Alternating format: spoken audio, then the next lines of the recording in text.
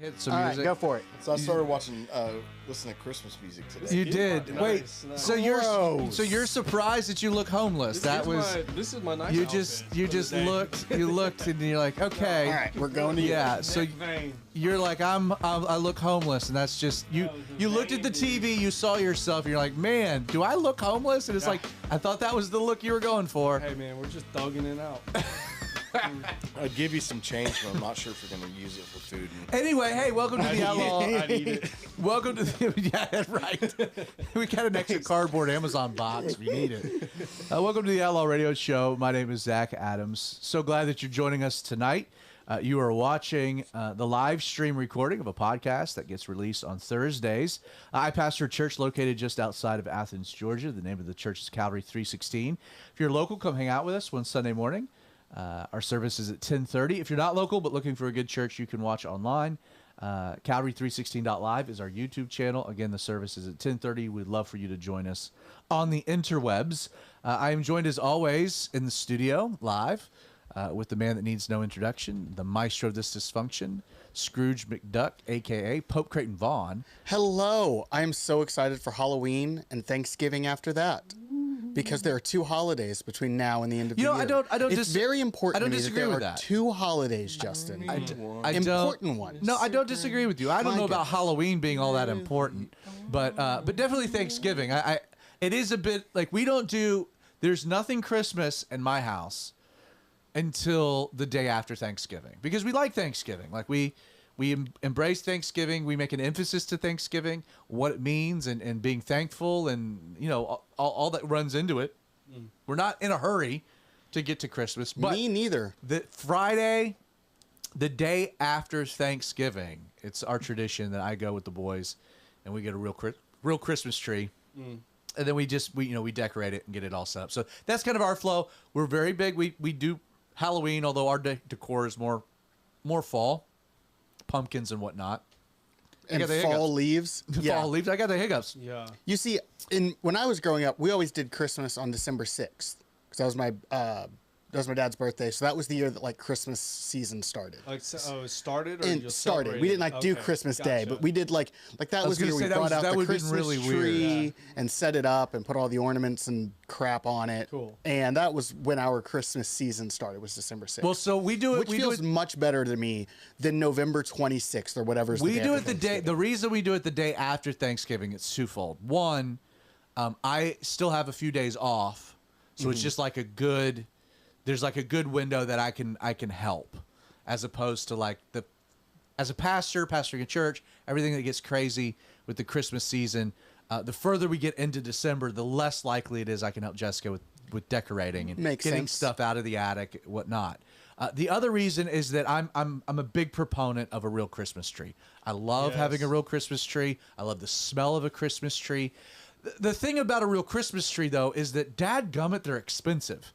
They are that. They are expensive. And so it's like, if I'm buying this joker and I'm going to spend the money for it, I want every day I can get out of it.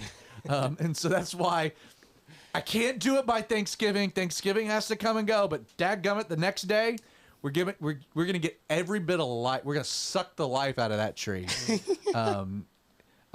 So we're also joined in studio by two of the merry men, two of our friends, our brothers, Spice Daddy. Howdy. How you doing, brother? Pretty good. I had an odd beginning of the week. An odd beginning of the week. But today I started mixing in Christmas music. I haven't gone full blown, but I started mixing in. Need some hope and peace in the world, and the best way to get you in that mood is Christmas music. Commercialized Singing garbage. loud for all to hear. Trans-Siberian Orchestra. You know. Right. Yeah. Also joined in studio by the guy that we were talking about. He looked up right as we were going live. Looked up and thought, Y'all look didn't tell me homeless. I was look homeless. "We got Deal Daddy Derek in the house." Look, man, I'm gonna be honest with you guys. The older Don't- I've been getting, the more and more I like Christmas season a little bit. See, you got to it's how you say it. Thanksgiving can fall within Christmas season. So I don't mind Disagree. sprinkling in a couple decorations within the week or the two before Thanksgiving. But I 100% agree. We grew up doing Christmas the day after Thanksgiving. Like, that's when we brought down the tree. That's when we started setting it up, doing all the things. But I'm like, well, in my own home and leading my own household, I don't mind sprinkling a little bit the week or two beforehand. Sprinkle I'm in, listening to sprinkle Christmas it a music in little. July, so like I'm already like just pop off a couple, and then once we get into November, late November. I do. Have you ever noticed that Andy leads worship at our church? That every once in a while, so like one of the most famous Christmas carols that Andy plays during the Christmas season is "I Heard the Bells on Christmas." One of my favorite hymns, easily the best Christmas song ever made. It's fantastic. Absolutely, I agree with that entirely. But he'll randomly throw it into like a June set. Oh yeah. Just every once in a while he'll And throw. I'm there for that. I heard the bells on You know Christmas. what? I actually am too. No, you can't claim that, Creighton. You know what? I can claim that No, no, because no, no, I may not be big on Christmas, but I am big on hymns. I love me a good hymn. That's true. Sir, I wanna And so, buy no, that is you not a shoes that's not a hymn. for my mama, please. So what is it? What is it about the Lovely hymns, Creighton, that you like? They tend to be really textual and like, I think verbose is the wrong word, but it's the word that's coming to mind. That's a good word, verbose. I Like they're that very word. full. Hymns have a lot of emotion, but the emotion is always, not always. In a good hymn, the emotion is wrapped in like what is really meaty words. It's very articulate. Yeah. with What it, like, And it deals with a lot of important themes as opposed to one of my least favorite worship songs, which I'm actually not going to name one because then that causes a whole problem. But what I would call bad worship The audience songs, member that's present is bummed out. Like, I was ready for this. man, what I would call bad worship songs have a similar emotional weight to a good hymn and none of the textual weight. I And get that. Yeah. I really don't like that. Like it's fine. I'll sing them on Sunday, and I enjoy singing them. When I say my least favorite, it's like, you know, one's here and one's. They're still high on my list of songs to listen to, especially for worship. But like, Creighton just I does can not take it or like leave it. worshiping God. well, that's joy. Yeah, he he just really hates hates joy. joy. no, That's what I it just boils I down like to. my emotional weight tied into textual weight. That's comfortable. It sounds You know, like. it is. No, I don't disagree with you at all, and I think that's kind of an insightful. It's an insightful perspective. You know, the one thing that, as you were saying that I've never really thought about before, you know, just the contrast between modern worship music, or let me rephrase that: modern worship lyrics, because music's all relative in that sense. Like music's music, same notes, just different chord progressions. That doesn't matter. We're talking about the lyrics. Again, if you strip away, because oftentimes if you talk about the difference between modern worship and hymns, you do almost immediately gravitate to the musical style behind them. Mm-hmm. And I think that's just such a bastardization of the conversation. Agreed. Because it's really not. It's just music. What the difference is lyrical. It's a lyrical difference in regards to the substance, and we've talked about that before on the show. But this is the new thought that I had. It's not just the substance; it's also the style. It's the lyrical style. Hymns are very, very much more poetic, and wordy. even For beyond lack the of a wordy. better Because word. like I'm not, and that's the only drawback I have to certain hymns is how wordy they are. Because sometimes they just become very hard to sing, and if something becomes hard to sing, it's hard to identify with. It's hard to worship with. You know, I can give that there's- I only concession. have one argument for. I'm just saying the poetry. wordiness. Wait one second. I'm just saying the poetry angle. Like there's something there's a lyrical beauty in the way that older songs were written, and then you compare them today. I think that there's some really good songs today, modern songs, that have solid substance, but you know they do lack a bit of the poetry of them, and that's emblematic of modern writing, modern fiction versus like reading Sir Arthur Conan Doyle. We all want With Sherlock things Holmes, dumbed down for us. and too, things so are that's a dumbed part of down. it. Like, There's Yeah. not that we have very much lost a lot of the art and the weight of language. You know, you go back, you watch shows that are older, whether it's like Peaky Blinders or you're watching The Crown.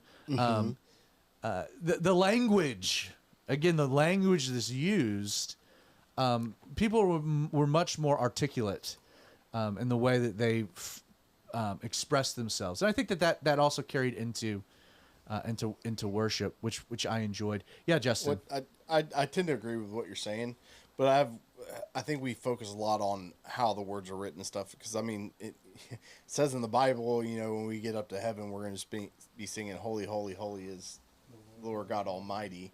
Well, that's just the first stanza. Well, you know what I mean? It's like simple and direct. Yeah. And I think what it boils down to for me is, I prefer the old style of stuff. I mean, when I was in middle school, I was reading all the old classics and stuff, and I enjoyed those. And rather than reading some of these modern novels and stuff that are really super simple and just mindless drivel half the time. But I think modern worship fits kind of in that category. I want to see more depth in the lyrics, but at the same time, there has to be a balance between lyrics and emotion. And I think a lot of the more modern worship stuff leans heavier on the emotional side rather than the lyrical content. For sure. Especially so the too. worship is the positioning of the heart in the first place too, in no matter what it is. Like when the Bible talks about David just danced his heart out for the Lord, you know, and that was the sign of worship. But yeah, the context and what that same thing. So yeah, literally, but the context of how it's being presented, it does seem a little more dumbed down in a way of what's actually being said. Like the breadth of context that's actually there seems to be lacking. It's just different. Yeah. And I'm not, because I agree with you that the whole point of worship is to A, express yourself to God, and B, put your heart in the right spot to then listen to a Bible study. So I don't actually have a problem with other people who like the newer style of worship, because I don't like. It's all preference. It's all preference, yeah. and I prefer the more I agree. wordy, theologically sound, in quotes, theologically sound hymns, because that helps me. But like, I'm not getting my theological knowledge from hymns. Right. So you can have the fluffiest, poppiest worship and then go into a heavy Bible study. And if that works for you in your church, cool. Like, I have no problem with that. It's just me. You know what I mean? I like what we do at Calvary 316 between whether it's Andy leading worship or it's Aaron and Ashton leading worship, is that there is a broad diversity in the songs that are being played. Like, I mean, we're playing, Agreed. dude, we play stuff. I mean, we play all of the old hymns, and in a way that you've probably never heard them. I mean, how great thou art is James Brown. I mean, it is swung Yes. hard. You know, There's also a great metal cover of How Great Thou Art if anyone wants to see it. so there's so I mean, from old hymns to the most modern stuff, whether it's from Bethel or Upper Room. I mean, we play it all. If it's a good song, we're going to use it. But I love to have the diversity, because if let's say like yourself, you connect with a particular thread and someone else, like having the diversity where it kind of hits everybody at once, I think is such a refreshing type of a thing. And it Yeah, also that makes stops it from sense. becoming mundane. Well, no doubt. Well, that, and I think a lot of people get trapped in, the newer stuff it's not. These kids it's not today. Christian anymore, Yeah. because it's not like the stuff I used to listen to when I was younger and stuff like that. And I don't want to be trapped in that mindset. You know what I mean? Yeah, Like, I absolutely. find when you got to look, and looking at the lyrics is important, because if you're not checking out what you're singing in church, Yeah. Yeah, you should read the lyrics. Right. but don't get trapped in this. Oh, it sounds like this, therefore it must be lesser than the stuff before. You know, That's the also other, a good point. You know yeah. the other trap that I can't stand, and this happens all the time when you go to a conference and there's like a pastoral panel, because inevitably you'll get someone to ask one of the pastors about, hey, do you guys play songs from such and such? Do you guys do Hillsong? Do you play Hillsong? Do you play Bethel? You know, they'll throw out different, you know, church movements and some of the worship songs that have come out of them. And you get really dogmatic people like that are very hard liners. And it's like, hey, do you because the logic is, well, hey, those people don't have our beliefs, or there's been sin in the camp, or we have to look at the author of the song and agree with the author, his life, before the song can be accepted. Well, I guess we're gonna have to throw out all of the. Oh my goodness! Yeah, It's like, well, how many of you play David? How many of you do King David? The adulterer, murderer who ruined his family.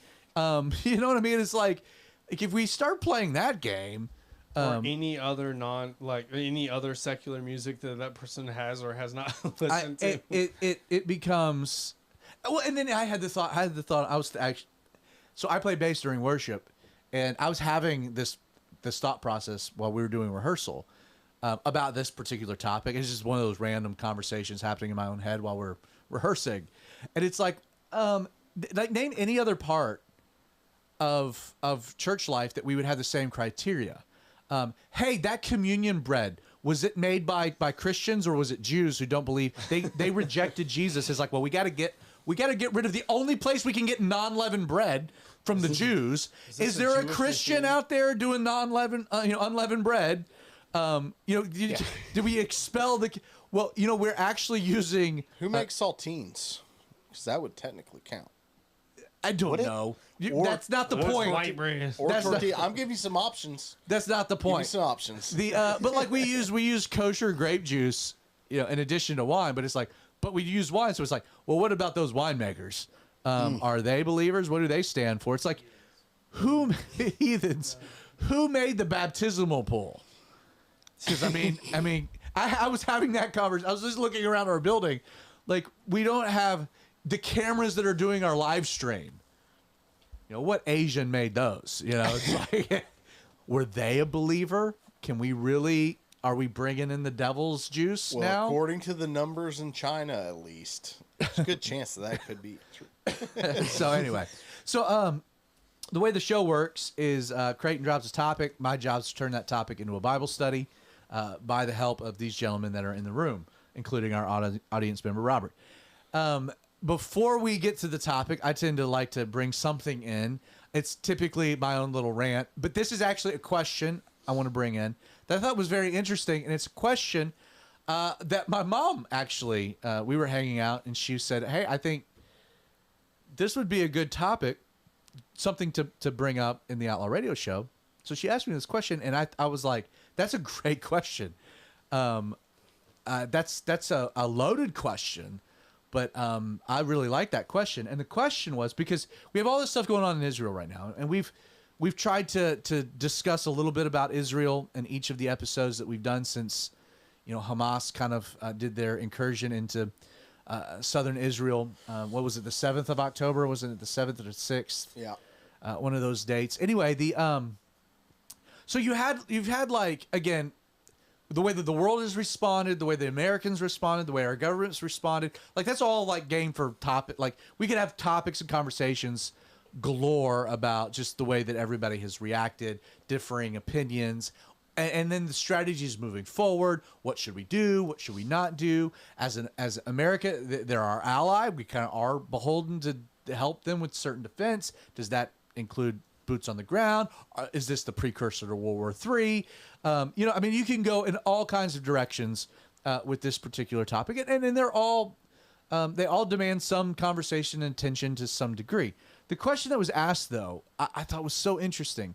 So within Christianity, you've had one reaction within Christianity that, and we addressed this last week by discussing replacement theology. You've had one reaction where it's like, hey, as the church, we should stay out of this. Israel, there's really nothing that makes Israel unique anymore. The church replace Israel. We're not obligated in that sense. Like they're not God's people anymore. And because they're not God's people, why do we as Christians somehow give them some type of preferential treatment? Because they're not God's people. We're God's people. And so there is kind of an approach to how we should deal with the geopolitical issue that's rooted in replacement theology, which I disagree with, because while I do believe that the church is the bride of Christ, I believe that there is still a prophetic timeline that God intends for the Jewish people. The church has not replaced Israel Israel, God still has a plan for this particular group of people, and we see a lot of prophecy articulated towards that plan. We see the book of Revelation, including Israel within it, etc. But the question was, and here's the other end of it. So the other end of the spectrum, the evangelical spectrum, for those that would hold my theological position, they would say, well, we need to be involved with this. They are God's people. We should defend them. And if push comes to shove, we shouldn't worry about World War III. We shouldn't worry about providing air support to for Hezbollah incursions in the north. We should we shouldn't really war game out what bringing Iran into the mix would be, because we know we're gonna win. Like, when it's all said and done, God will, even if it's all a show and all's a mess, and like we've really stepped in it, and like the deck is stacked, the cards, it's all stacked against Israel. Don't worry, because we know how this ends, and God will take care of it. It's like a short-term Calvinism. That's how I feel about voting. Right. No, seriously. I actually agree with you on the voting. But there is this sentiment. So the question that my mom asked was, and I thought it so summarized the essence of this conversation, because she says, is God obligated to defend Israel? And that's such an interesting question. And before I answer the question, I've got to like if you were to say yes, now you have some other problems. So if you were to say, yeah, God will defend Israel, God will protect the Jewish people, well, then how do you explain the Holocaust? Where was God then? If God's obligated to protect them now, well, then why didn't he feel an obligation to protect them when 6 million of them were exterminated? I mean, the same thing in Egypt. Like, he allowed them to go through persecution for them to be freed. So it's the same thing. So you go even like way further back. It's the same thing. Let me land in the middle, and then what about 70 AD? With Titus Vespasian, did God defend? Was God obligated to defend Israel? No. Why? Well, because they were being judged, and Jesus even predicted this. If he doesn't allow persecution, there's no opportunity for salvation. For sure. So God allows things for his own purposes. So within this situation, now, yes, the budding of the fig leaf, 48, Israel becomes a state after 2,000 years. I'm not discounting that there seems to be just a mountain of prophecy. There's a sensation of that the time is nigh, that things are moving quickly to a head. We can look at global affairs, and we can look at the prophetic presentation of the environment of the world leading to the rapture and the second coming of Jesus. Can we say, man, we can war game, we can play this out, man, it seems like it's hot. All that's true. I'm not discounting that. At the same time, God is not obligated. Could God's plan very much be, you know what? Yeah, I'm going to allow Israel to get destroyed and the Jews disperse again, because I'm not coming back for another 1,000 years. Biblically speaking, while I would say that's kind of maybe unlikely, is completely probable. I mean, define unlikely, because every generation prior to ours have had reasons to believe they were the last generation. Yes, especially during, speaking of World War II. Yes. The world easily could have come to an end then. Yeah. I am very not of the opinion that, I'm not of the opinion that the end times are coming. I'm just not as focused on that. Yeah, for sure. I think that the chances of there being another diaspora and Jesus not coming back for another 1,000 years are as equal, or as equally as likely as this war turning into Gog and Magog and Jesus coming back in 2 years or 10 years or whatever. I think the two things are 50-50. Listen, I would not put it at 50-50, and my argument would be, there is a totally different capability for annihilation and global destruction that exists today that the world has never encountered before. That's been the same for every generation for the last 2,000 years. No, It's like nuclear bombs didn't warfare. exist. No, No, yes, I realize that, but there have been advances where every generation could say, No, but my I'm just parents saying- didn't have to deal with this kind of get warfare. You, I get you. I'm just saying, but you look at the scenario of the end time scenario. You look at what at least like the greatest. Like there are things about the Book of Revelation that I think are only now illuminated. That maybe like that we could actually look at and say, wow, that's more probable now than it's ever been. Not to say that it couldn't be more probable later, but I'm just to your point, like even looking at the image of the beast, like that whole passage. You have the Antichrist, the beast, and then you have the image, the statue of the beast that speaks for the beast, and you read through that and you're like, that's the trippiest stuff I've ever read before. I have, and again for 2,000 years, people are like I can't even conceptualize any scenario where that even like is remotely a possibility. I just can't even conceive of it until now. Can I throw a wrench in the works with what you just said? Sure. I think that when the image of the beast shows up, it will be inconceivable. Like right now, I can conceive of AI. Like I have an idea of what AI is. My mom in the, I almost said 30s. She was not that old. My mom in the careful, she 70s, watches. my mom in the 70s would not have been able to conceive of AI. Her mom in the 20s wouldn't have any idea what the internet is. Right. No, Like, for sure. I think you're But making, that's to my 100 point. I think years you're from making now- one key mistake. in Okay, this. because all I'm saying is I see them as equally likely. I don't disagree with you that these I things think you're look kind of like the validating thing. my point of I like think there's you're some make- things that make Yeah, more I sense. think you're now. making a key mistake in this, that the Book of Revelation, the entire Bible was written from the perspective of the of Israel, the Hebrew people, and B, from that time period of people. So their conceptualization of things in the future are going to be vastly different from even somebody from the 1970s. I totally agree with you. And so, but I think one key verse comes into play in the fact that it says, as the days of Noah were, so will the last days be. And so I think we have to look at what that means to kind of get a better estimate of, are we nearing the time? And again, I don't. We're deviating. We're you kind of took us a little off the rails, Craig. I'm going to bring us back. Well, that's because that informs my answer. Right. No. But I'm just saying, like, I agree with you and then disagree with you all at the same time. Like, I really do think that there is a hey, could there be a scenario where all of the technological advancements Disappear. not just disappear, but end up destroying ourselves, and then therefore disappearing? Absolutely. Like where it all implodes, and like we find ourselves middle of next year without the internet, without electricity, without technology, without all of them on, and we're like, how did we get here? Like, yeah, that could absolutely happen, and then we're back to 1200 AD. the days of Noah.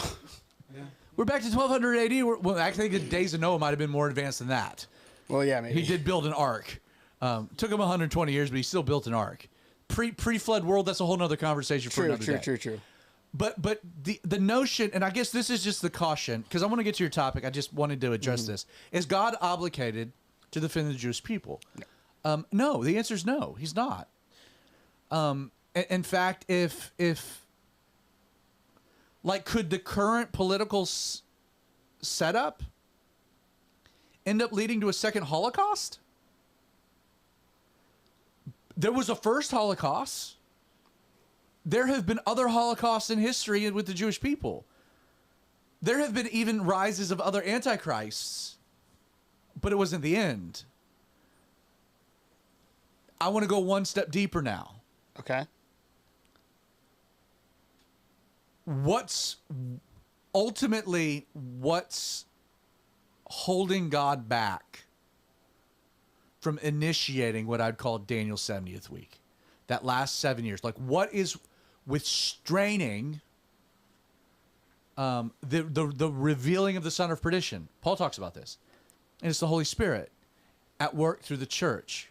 Meaning this, that God has a plan for this dispensation. God has a plan for the church age. Every day that the church hasn't been raptured is the indication that God is not done with the church. And therefore, there are more people alive that God desires salvation for before wrath. So if there was a scenario where God's like, the Jewish people, this would have been a good time, but you know what? It's not now. It's grace and mercy. Because there's still more people that God is trying to reach. Now, when does God turn his attention back to the Jewish people prophetically? It's when the dispensation or the times of the Gentiles is completed. I really do hold to the hermeneutic that that there is, like, someone will pray a prayer and give their life to Jesus, and they were the last one. And it is the conclusion, and boom, the church is wrapped. The God's like, that, we're complete. Which means that if you haven't given your life to Jesus, you could be that person, and shame on you. Give your life to Jesus right now so we can just go home. I think that's exactly how that kind of sentiment should be put. Yeah. Let's get on with it, please. Yes. You're dragging your feet, and it's affecting us all. But,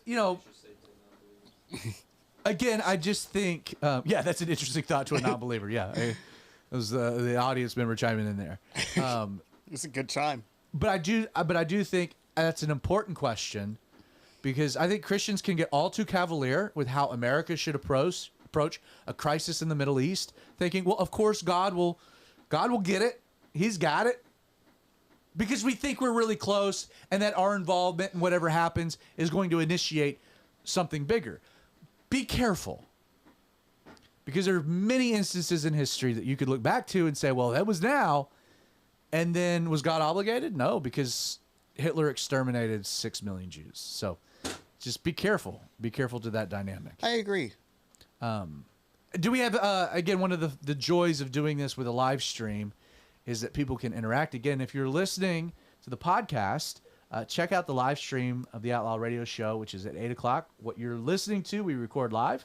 And then what's great is you can interact with us in real time by leaving comments on the thread, either on outlawradio.live, which is our YouTube channel, or facebook.com/theradiooutlaw. I will say I've been trying to mix up some of just the reminders that we post on social media of what's going on. And, hey, reminder, tonight's episode. And I sent out an image. I've been trying to include images, not just logos. I've been liking them. You did. I had one of you that was real time. Good. I like them. Really And nice. But I sent one out today that kind of had the studio in it. It was like the first one that really gave kind of and Walter commented. Oh, did he really? Hey, and, Walter. Liked the picture because he was able to, kind of, I think, gives an insight into, we are very close to one another. Yes. And which is why we don't have to wear headphones, which is nice. And this is I had a buddy came and hung out last week, and he was like, I thought you guys were in a basement. I had no idea where you were. And it's like, no, we're not in a basement. We're in a studio. Yes. So, comments. Yes. We have one from a Cecil who says they are watching from Fairbanks, Alaska. And then shortly after that, they commented that they are leaving for work, so they're going to listen to the podcast. So everyone say hi to Cecil. And That's see if awesome, we can freak him Cecil. out. Man, praise the Lord. Hi, Cecil. Hopefully Cecil's a brother, and welcome to the show, man. Man, Yes. stay safe out there. Hey, We also... Hey, send us your information, Cecil. PopeCreighton@gmail.com. Your address, your shirt size, and we will send you. We'll send you a T-shirt. Yeah, sounds good. We also have a comment from my Kathy. Your and she mama. says, hymns are theologically sound and often profound, which Oh, she rhymes now rhymed, that I say it out loud. She's a poet and didn't know it, but her I feet show know. it. They're Longfellows. My mother is wonderful. Did you get that? Y'all got and that? she was obviously agreeing with Thanks, me Justin. because she and I are on the same page. So yeah, those are our comments. You and your mom are always on the same page about Not always, everything. but often. Uh-huh. Does your mom like All right. Christmas as much as you, or just Yeah, where's your mom land on Christmas? Does she know she raised a Scrooge? The board. That's a good Miss question. Vaughn? I What do think you my think mom, about Christmas? Yes. I think my mom likes Christmas. I'm not certain because it was definitely a lot of work on her when we were kids. December so it's 6th hard for sounds me like a to pushing it off type of push thing. to think back, and Yeah. I think she likes Sounds like it. your dad actually got the wrong end of the deal. Hey, happy birthday. Put up the Christmas decorations. Probably, yeah. All right, so tonight's topic. Okay. All right, so this is going to be the next in our series is one of, wait, that happened in the Bible? Oh, we're back to it. We And- need a sound effect for that. So when you do it, I can hit the button. And so Yes. that happened? That happened? Yeah, and this is both, so that happened? What? And this is an event that is just often overshadowed because of the thing that directly preceded and or followed it. When they Can you give me a boiled the passage baby. of scripture to turn Yes, to? I can. It's going to be the end of Matthew 27. I've got it on my Bible app. Give me a sec so I can give you an actual verse. It says 2 Kings when they boiled the child and brought it back to life. A couple days My later. mom has just put something, has just commented again. She said, Christmas, ellipses, woohoo, exclamation point. You guys can read into that as you feel. Yeah, so she's like, Christmas isn't the actual day of Christmas. She's actually a Mrs. Scrooge McDuck. So since We're on we the same page don't about a lot of know- things. You're on the same page. since No, that we was. don't It's know- not really Christmas. It's not really Christmas. It's not really Christmas. That's what she was saying. I know Rico well. So to that point, I've we heard this should argument from celebrate Creighton. all year long. Since we don't know exactly when it Boom, was, I like that. We should celebrate all That's year what Easter's for. 'Cause it's in All the right, year speaking of which- our Lord. That's what Easter is for. It's And every all year. Resurrection Sunday elsewise. Hey, without that was season. coming. That was coming from our resident homeless man. Yeah, I'm All right, praising so- the Lord all year. It's going to be it's going to be Matthew 27, verses 51 through 53. And I'll read it unless you want to get there. Yeah, I mean, I'm there. I can read it. All right, you go. Then behold, the veil of the temple was torn in two from top to bottom, and the earth quaked, and the rocks were split, and the graves were opened, and many bodies of the saints who had fallen asleep were raised. And coming out of the graves after his resurrection, they went into the holy city and appeared to many. So when the centurion and those with him who were guarding Jesus saw the earthquake, the things that happened, they feared greatly, saying, truly this was the Son of God. Yes. So my question is, what exactly is happening there? Because, like, I've heard some of the symbolism of the veil and the earthquake, and those two things are just kind of one of those things that pastors will footnote when teaching this chapter, because then they move on to Jesus being buried and all of the stuff, and they spend a lot of time on Jesus dying, which is what directly precedes all of these things happening. So they just, they footnote the symbolism of the veil. They talk about the earthquake. They do very little with 52 and 53, which I don't blame them for. And then they move right along. And it's like, what exactly is going on here? Because all of those things are crazy. And Well, they're not all crazy, just really one of them is one of them is crazy. very crazy. The other two are still crazy. Like an earthquake, if somebody died and there was an earthquake with no proximal cause between the two of them, it's very strange. Well, and there was darkness over the face of the earth for 3 hours Yes. as well, from noon to 3. So again, let's set a little context in case somebody's, where are we? What are we talking about? What's going on? Who's this Jesus guy? Well, let's assume that there's a little more than that. Yeah, okay. But we're in the description of Matthew's gospel, of some of the things that occurred at the death of Jesus. So Jesus is on the cross. He is nailed to the tree. He's lifted in the air at 9 a.m. He'll spend a period of 6 hours in totality on the cross. The first 3 hours are in light. There are things that happen during those first 3 hours.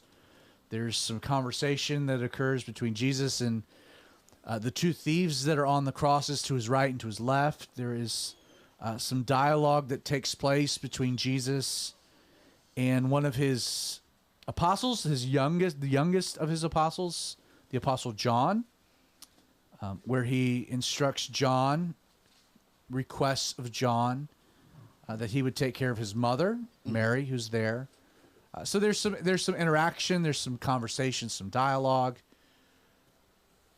Jesus declares, my God, why have you forsaken me? And it seems there at noon, we're told that darkness covers the earth. Now, we don't know if it's the entire earth, if it's just that particular, if it's some type of a solar eclipse, but it lasts for 3 hours. This is something that supernaturally happens. Again, you can study that phenomenon on your own. It's fascinating. There are first century historians that document such an occurrence happening in other parts of the world. Justin can maybe speak to this at some point, that there are other cultures that speak to the either a elongated period of daylight or a longer period of night. Like there was something globally happened there at when Jesus is not dead, but he says, my God, why have you forsaken me? And I know you mentioned the imagery of it, but there's a darkness that falls on the earth, and it is a creepy darkness. There's a spiritual oppression to the darkness. Not the first time we've seen such a darkness. Darkness ended up being one of the plagues that God used in dealing with the Egyptian people to free his chosen people back during the Exodus. Darkness, there was a spiritual oppression, a freak out to it. So there's darkness for 3 hours. And then Jesus, finally says, Tetelestai is finished. Into your hands I commit my spirit. And he breathes his last, he dies. And the centurion that's charged with his protection witnesses these events happening. Matthew, also known as Levi, is one of the 12 apostles. So there is an eyewitness correlation to this, because this is the only description of this in the scriptures. It's not like we have this repeated by John, who was there, or Mark, who's recalling Peter's perspective, or Luke, who's doing an investigation of it.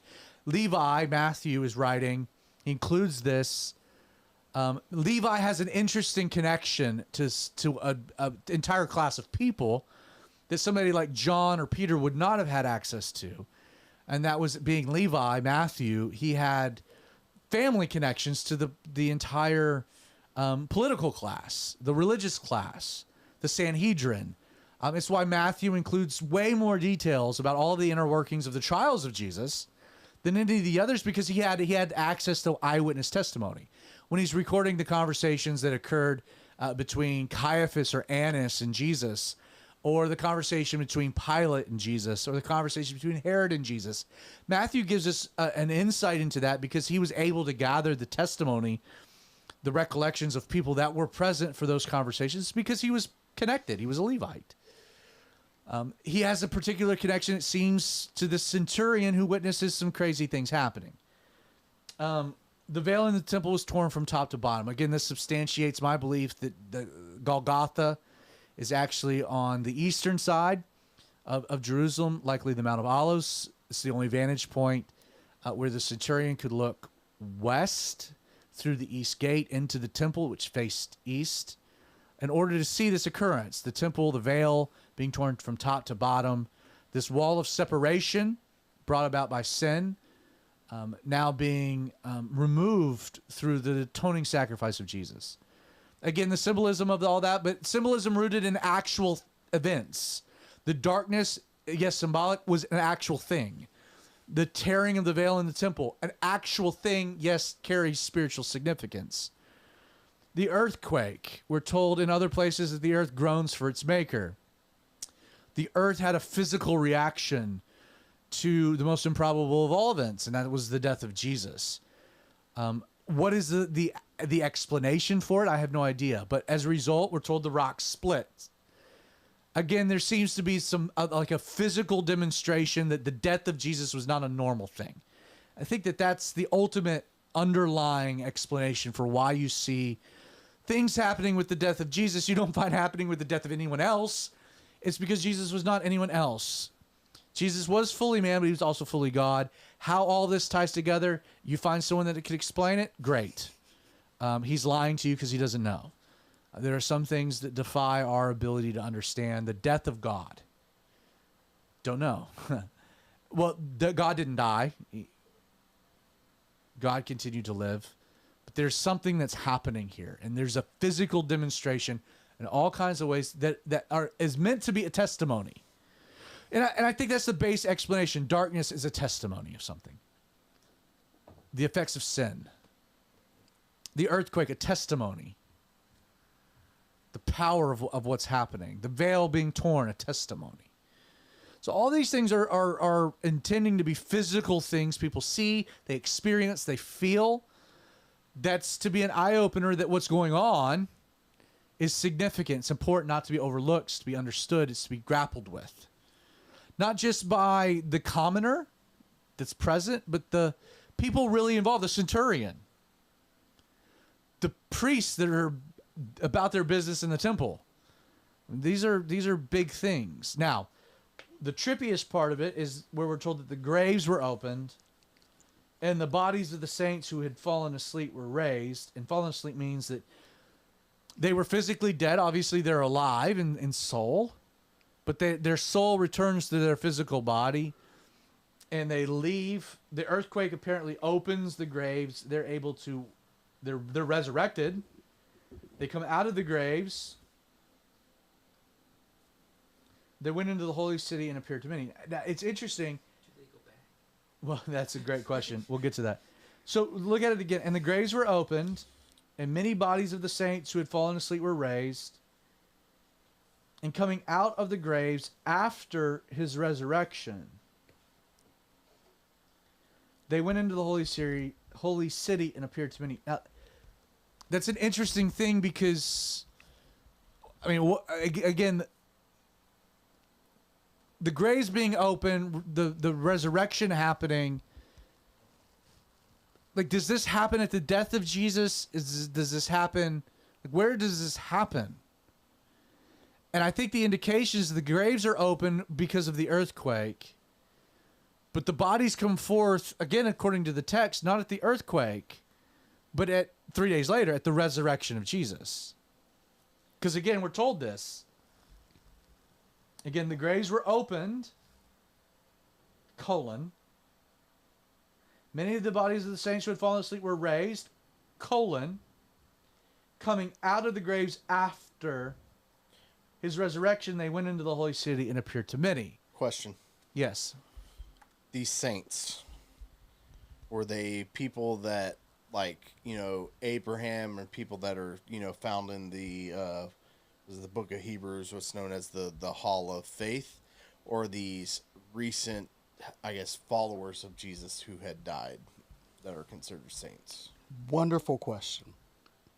And that okay, no, being, I'll answer that to the best of my ability. And then that being said, where it says that Jesus died and he went to go to Abraham's bosom to declare himself there, how does that fit in? That's an interesting thought. Very interesting thought. So let's figure out how to unpack this. Yeah. And again, by unpack this means to do our best with something that's obviously very complicated. A body's resurrected.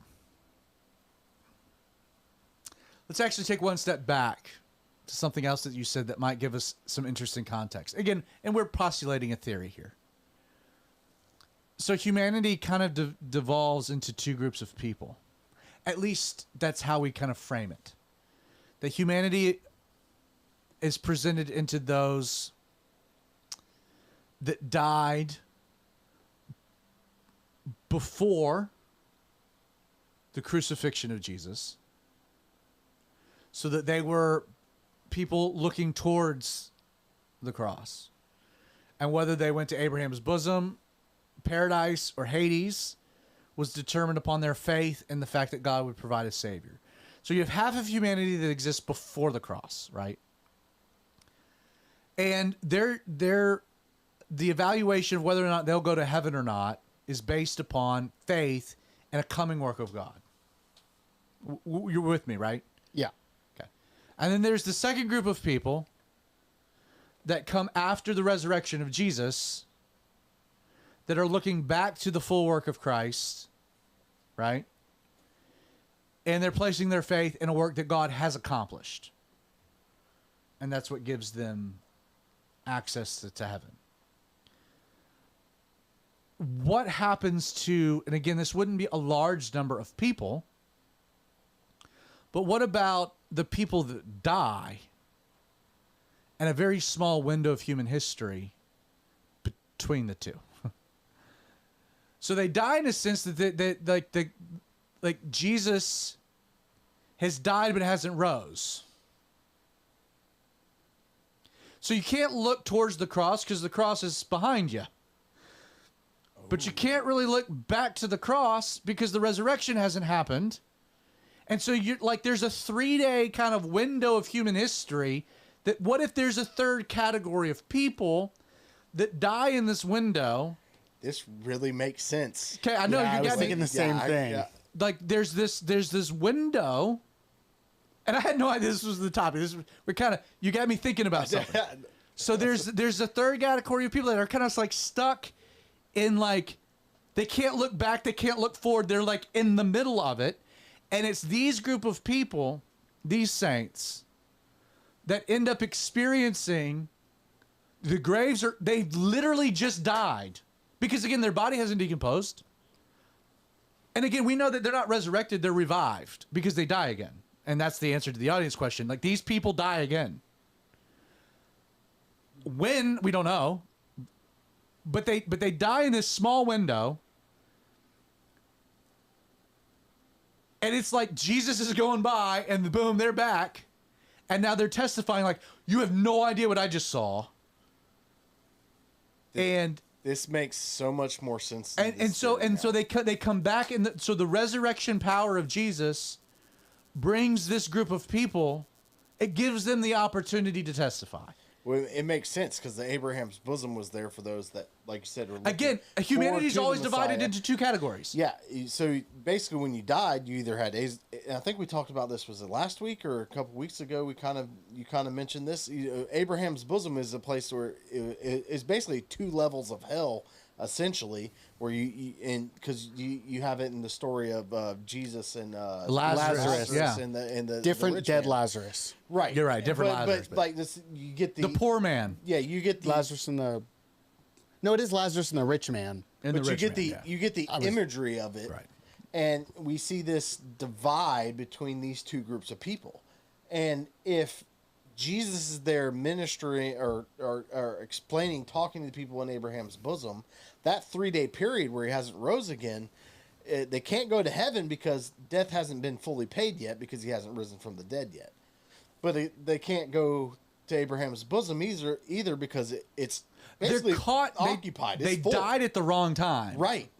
So what's the solution to that? They're resurrected. They got to live again. They're resurrected to testify. I mean, like, crap, I can't get into paradise. I got to go back to this junk of a place. What? I'll tell you, C.S. Lewis missed something. Can you imagine a short Right. story of that journey? Yeah, it would be really good. I mean, that would be, you would talk about like an HBO miniseries. Like, you're that guy, I think your wife needs to write another book. another kid's book. Little Johnny that got caught in limbo. Between- Right. Left between. Left between. Left between. I Not like left behind, just left between. Left between. No, I mean, listen, this is one of the most complicated, convoluted passages of Scripture. Thank you, Creighton, for dropping that. This But- is my favorite day of the week sometimes. and But this is one of those seriously, times. though, just kind of like freestyling some thoughts here, kind of working this out like you just watching this happen.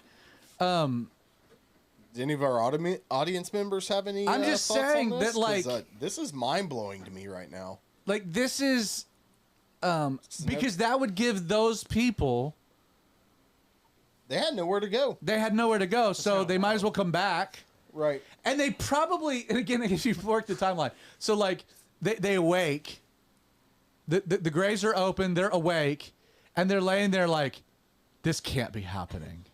You know, like this, like, what is going on? Why do I have dirt in my mouth? And then and then at the resurrection they come forth. Oh, this is my chance. This is my opportunity to testify. And then they all die again. I feel a sermon coming, future sermon from this. You know, I taught through Matthew and didn't have this. It's because you didn't have me asking the right Because question. everyone skips these 2 verses. And I again, did not I skip don't these blame verses. them. I did not skip these You just verses. didn't have me- I just don't remember what I said. You didn't have me asking the question It always But I comes have- back to you, Justin. It really does. It's the hot sauce I like. to It's eat. why you're here. It's why you're here. I agree. I'm just saying, Dill Daddy, what are your thoughts over there? Nah, man, this is wild. Yeah, I'm stuck on the left between. Left between. That's a great. that's a That should be good the one. title of tonight's episode, Yeah, Craig. what a crazy. Yeah, thought. it is. Yeah. Left between. Yeah, that's wild. Because there really is a third category of people. Yeah. Yeah, I never really thought about it like No. that, but that totally makes sense. And what if? And again, I don't know. In your archaeology world, I don't like. This seems to be again within the text. It seems isolated to Jerusalem. Right, and that's the thing. Like, But what if something it's like- global? Yeah, why wouldn't it be? Because Why wouldn't it there's be still global? people But my globally question is, that are how dying could in it be between that global? time? So like, Why wouldn't it not? be? It could be seen that way because I mean you have stuff like the Temple of Heaven and How many in historians China. are going to write about this? Because guess what? You can't explain it at all. Yeah. I mean, the best explanation is they were asleep and they woke up. Oops, we got it wrong. Johnny was just taking a nap.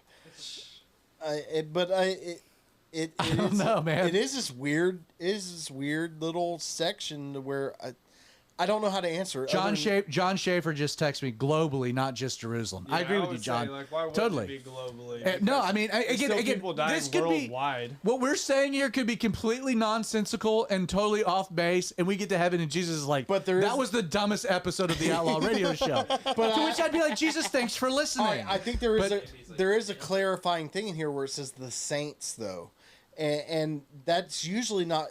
They don't really use the word saints for like This is past tense. Abraham and stuff It's like a that. past. though, No. doesn't it? I with you. It's a past tense description by Matthew, though, because guess what? I guarantee you, every one of those people Heck were yeah, believers. Yeah, they would. I guarantee you, globally. You want to talk about the greatest? How about this idea? The greatest single revival in human history. But my, Literally. Was right there. But my question literally, it was the greatest revival. My question is, I don't think it was global because they don't use saint the word saint to describe anybody but Christians. Because they're all Christians.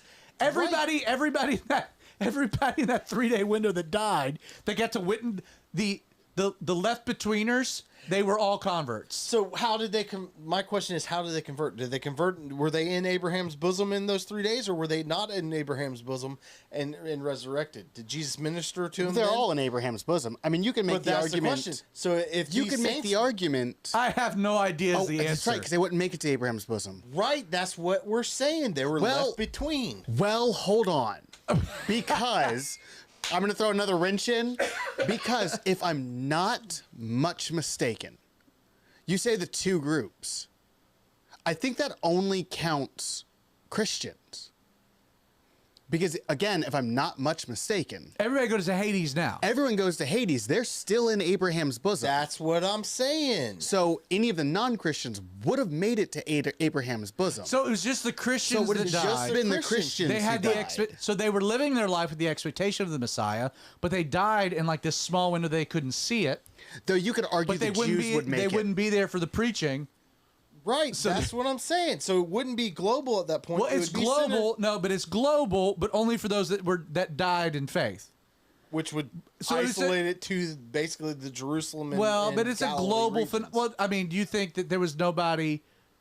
I mean, that's a whole nother topic. But I mean, I think grenade. I think that there are other cultures that would have probably had faith in a Messiah, a Christ, maybe not using even the same terminology. Right, but That's a whole nother think, conversation, But but- I think those people would have been.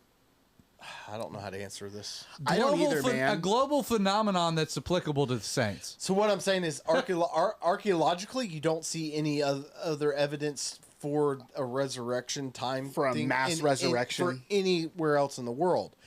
And why don't we really see an extra biblically with the Bible? Because if it's in a small area in Jerusalem, that's going to be easier to isolate and shut down.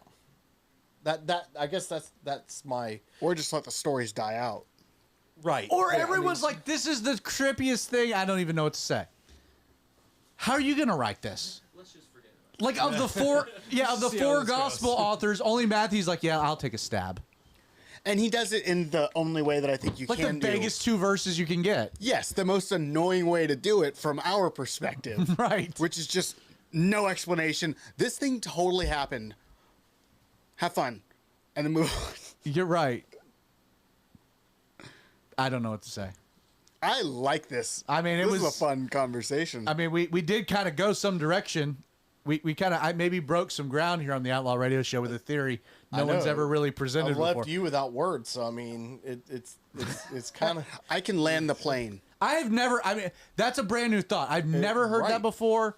I've never heard anybody teach that before. I've studied this extensively. I recently taught through Matthew. Obviously, you haven't studied extensively enough. Well, maybe this was its own revelation, which if it's new, it's not true, which means we're in borderline heresy. I don't know. Hey, this is our Bible study. They're just along for the ride.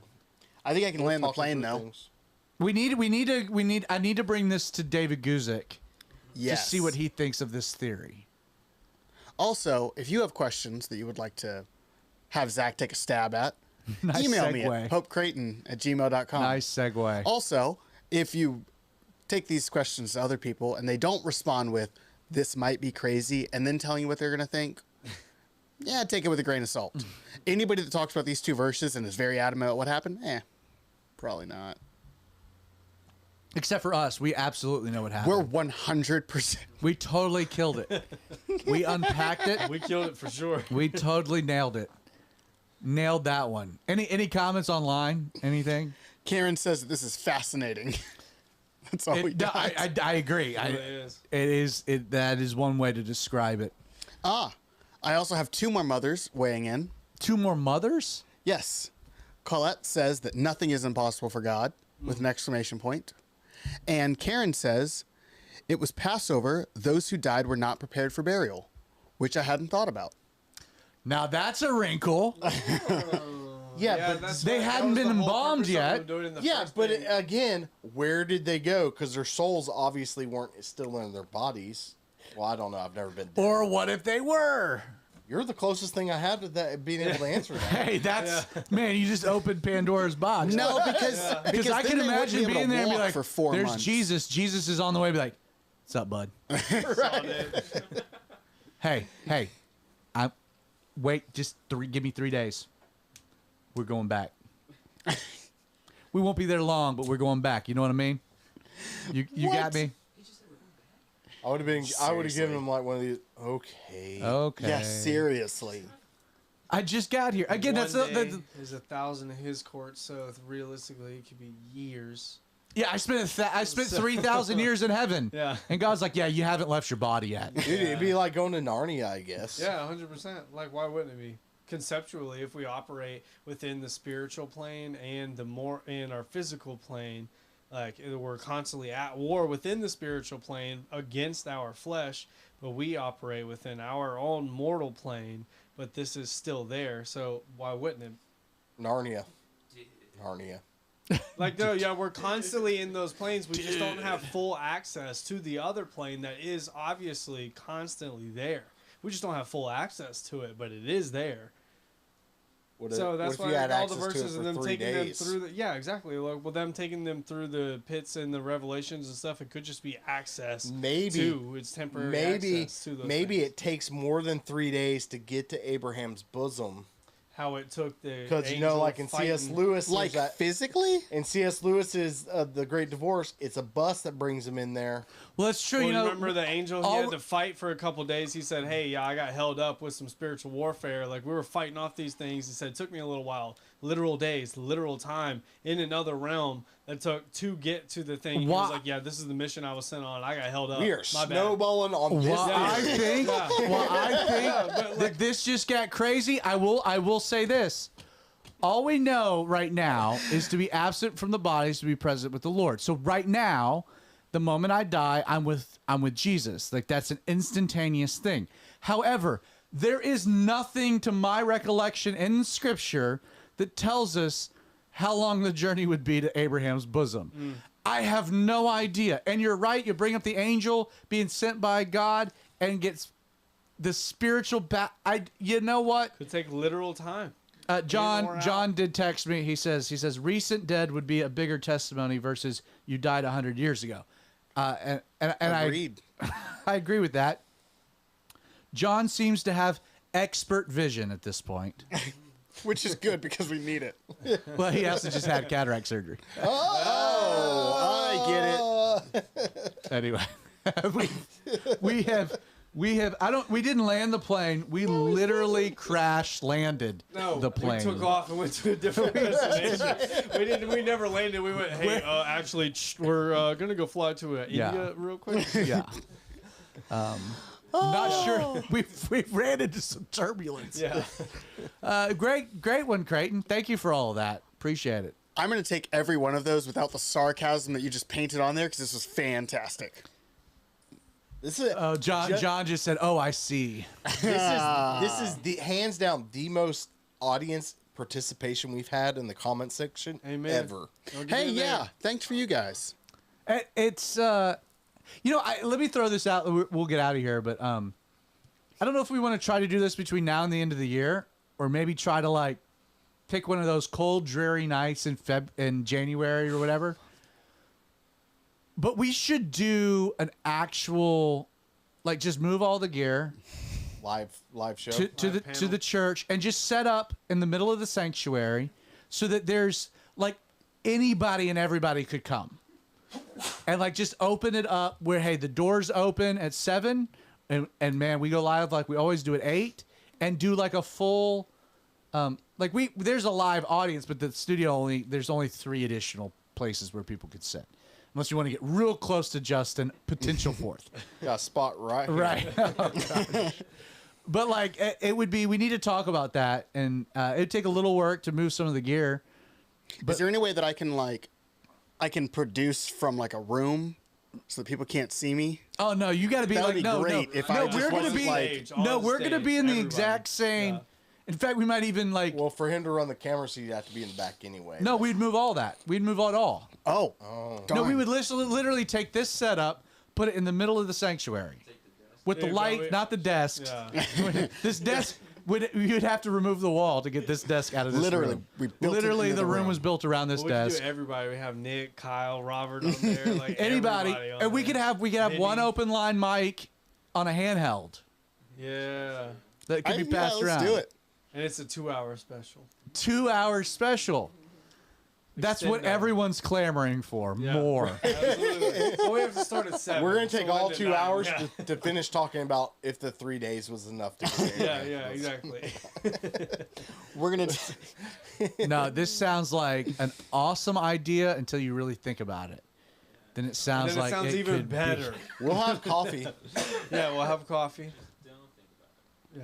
Oh, my John good Schaefer goes golly. live band too. Now that would be funny. Live band, yeah. That'd be everybody funny, like an getting- intro That's intro because band John would be habit. sitting there doing that the Yeah. thing on the drums. I don't even know how to do it. Yeah, every time. different. Again, this is gonna snowball It so is. hard. I like snowballs. It's like Christmas. Oh my good A golly. late night show. Exactly. We have to move this to like an SNL style thing. Like I it's did, It's completely different now.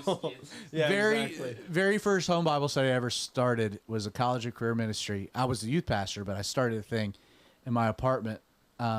We called it Calvary Late Night. So our slogan was verse by verse while the rest of the world slept.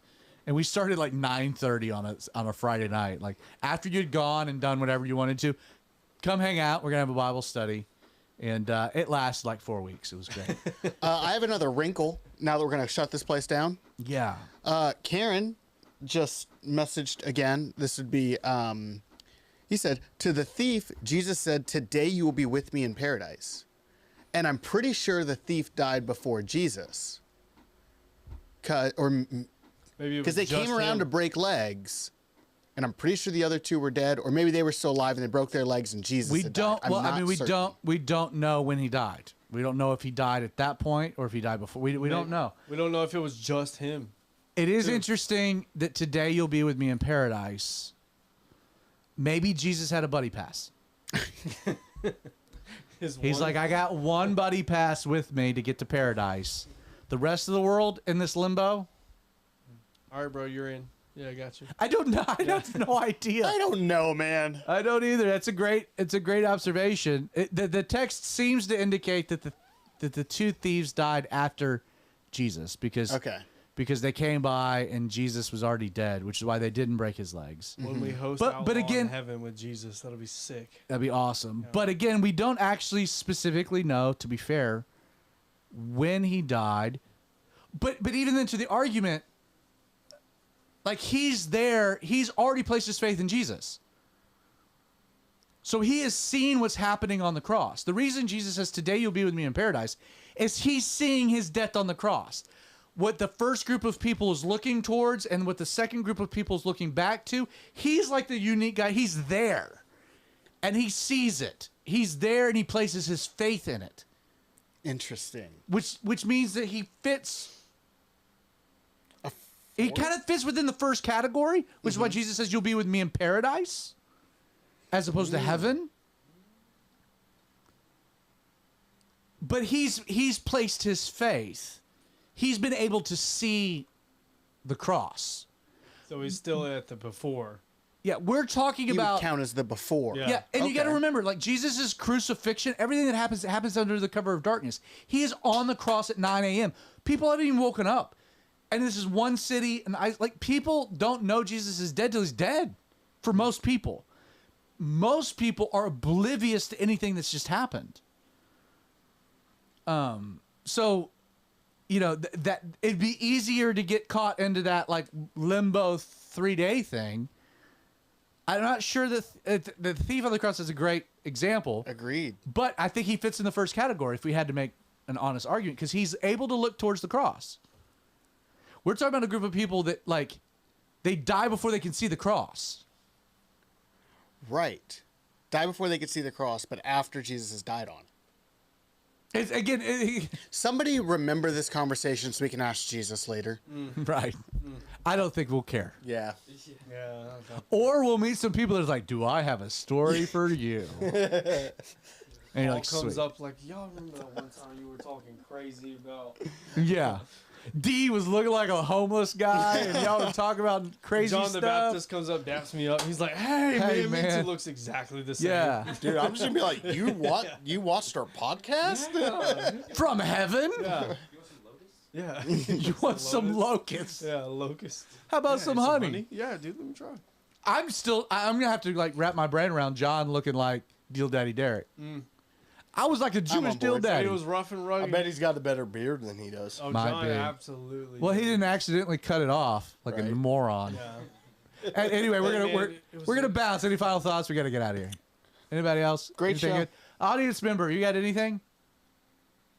All right, we got the I'm good. You good, Craig? Good topic. Fun topic. I'm good. All right, we're rocking some music. Thank you so much for joining us tonight for the Outlaw Radio Show. If you are watching live, so glad you joined us. Check out the podcast, released on Thursdays, Apple, Google, Spotify. If you are listening to the podcast, if you're a subscriber, thank you. Check out the live stream of what you're listening to. You can put faces to names and engage in the conversation. We live stream Wednesday nights at 8 p.m. With all that being said, may God bless you. We love you. Thank you for being with us. And you can learn all about the show by going to outlawradio.org.